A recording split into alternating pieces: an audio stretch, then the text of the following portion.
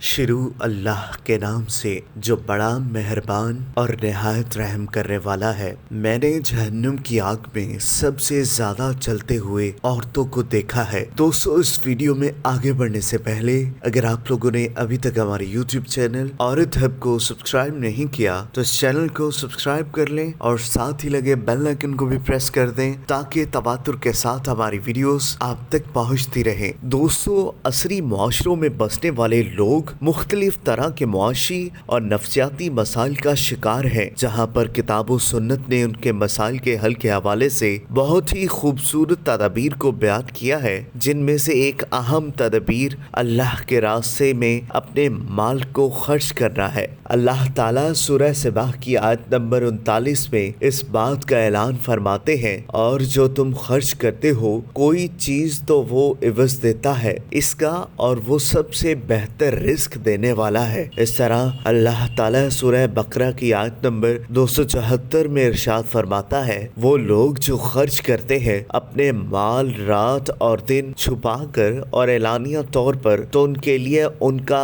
اجر ہے ان کے رب کے پاس۔ اس کے برعکس اپنے مال کو نہ خرچ کرنے والوں کے بارے میں اللہ تعالیٰ نے سورہ ماؤن کی آیت نمبر 123 میں اس بات کا ذکر کیا ہے، کیا آپ نے دیکھا ہے اسے جو جھٹلاتا ہے یوم جزا کو؟ تو یہ وہ شخص ہے جو دھکے دیتا ہے یتیم کو اور ترغیب نہیں دیتا مسکین کو کھانا کھلانے پر۔ اس طرح اللہ تعالیٰ نے سورہ مدثر میں جہنم میں لے کر جانے والے گناہوں میں نماز کی عدم ادائیگی کے بعد مساکین کو کھانا نہ کھلانے کا ذکر کیا۔ اللہ تبارک و تعالیٰ سورہ توبہ کی آیت نمبر 34-35 میں اسی حقیقت کو یوں بیان فرماتے ہیں، اور وہ لوگ جو سونے اور چاندی کو جمع کر کے رکھتے ہیں اور اسے اللہ کی راہ میں خرچ نہیں کرتے، تو وعید سنا دے انہیں دردناک عذاب کی، جس دن تپایا جائے اس جہنم کی آگ میں، پھر دغا جائے ان سے ان پیشانیوں، پہلوؤں اور پشتوں کو۔ اس طرح احادیث سے بھی صدقے کے متعلق بہت سی باتیں واضح ہوتی ہیں، جن میں سے چند باتیں آج کی اس ویڈیو میں ہم آپ کو بتائیں گے۔ نمبر 1،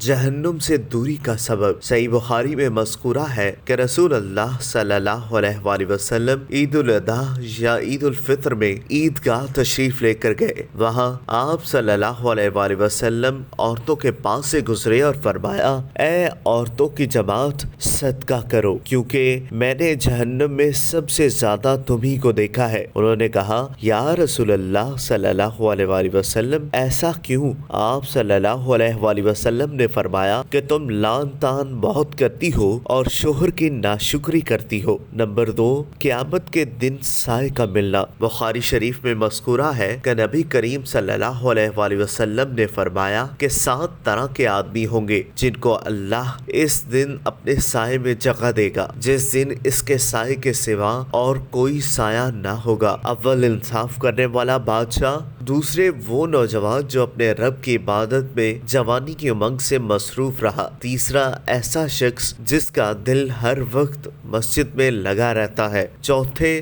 2 ایسے شخص جو اللہ کے لیے باہم محبت رکھتے ہیں اور ان کے ملنے اور جدا ہونے کی بنیاد یہی ہے، پانچواں وہ شخص جسے باعزت اور حسین عورت بلائے لیکن اس نے کہہ دیا کہ میں اللہ سے ڈرتا ہوں، چھٹا وہ شخص جس نے صدقہ کیا مگر اتنے پوشیدہ طور پر کہ بائیں ہاتھ کو بھی خبر نہیں ہوئی کہ دائیں ہاتھ نے خرچ کیا ہے، ساتواں وہ شخص جس نے تنہائی میں اللہ کو یاد کیا اور آنکھوں سے آنسو جاری ہو گئے۔ دوستو، اگر آپ کو آج کی ویڈیو پسند آئی ہو تو اس ویڈیو کو لائک کریں، کمنٹ کریں، اور ہاں، جاتے جاتے ہماری یوٹیوب چینل عورت ہب کو سبسکرائب کرنا مت بھولیے گا۔